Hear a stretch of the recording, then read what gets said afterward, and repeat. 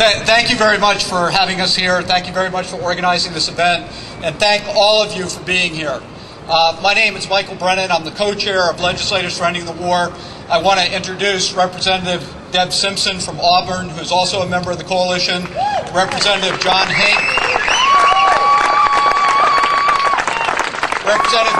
from Portland, who's also a member of the coalition, and Representative Cummings.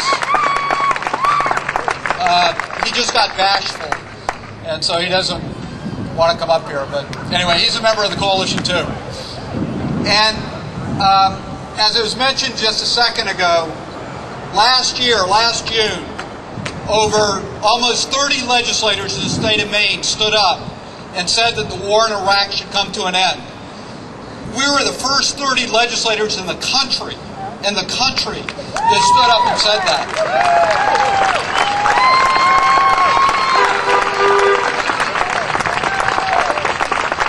And the reason that we said that was because last year the state of Maine lost $40 million in Medicaid funding, $40 million in transportation funding, and $17 million in Homeland Security money. We've spent almost $450 billion on the war in Iraq to date, which translates into $1.2 billion of Maine taxpayer money that has been spent to support the war in Iraq. And that's happening at a time that we're losing money in the state of Maine to invest in transportation, to invest in Medicaid, and to invest in security. At the same time that that's happened, every half hour in this country, every half hour, before we leave here tonight, there will be 2 people that will die simply because they don't have health insurance.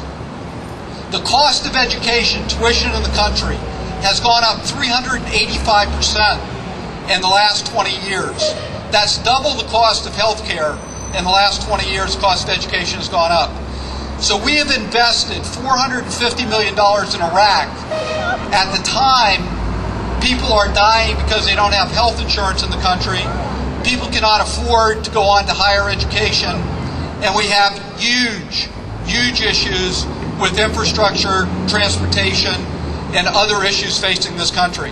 So we as legislators stood up and said, we can't invest in Maine, and we can't invest in Maine's future in the way that we think is important without ending the war in Iraq. And what we've done is dedicated ourselves to not only educating the public about that, but also meeting with our legislative delegation, our congressional delegation, to ask them to bring an end to the war in Iraq. And I'm happy to say that today we just met with Tom Allen, Representative Allen. Tom Watson, who's the co-chair of the coalition, and myself met with Representative Allen and talked to him about these very issues.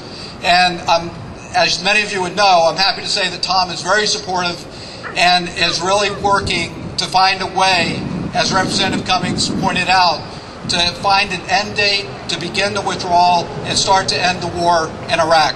So we're very happy.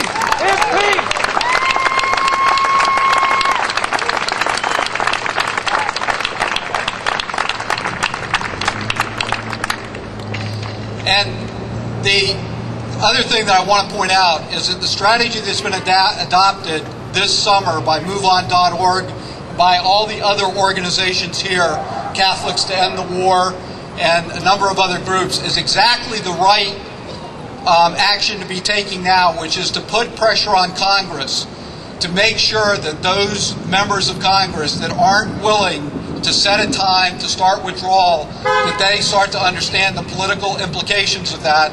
And my hope is by the end of the year, at the beginning of next year, that the people that are going to cut and run are going to be the Republicans that have been supporting Bush up to this point, and we will have a timeline, we will have a date, and we will begin the withdrawal of troops in Iraq and start an end to this war. So thank you very much for being here.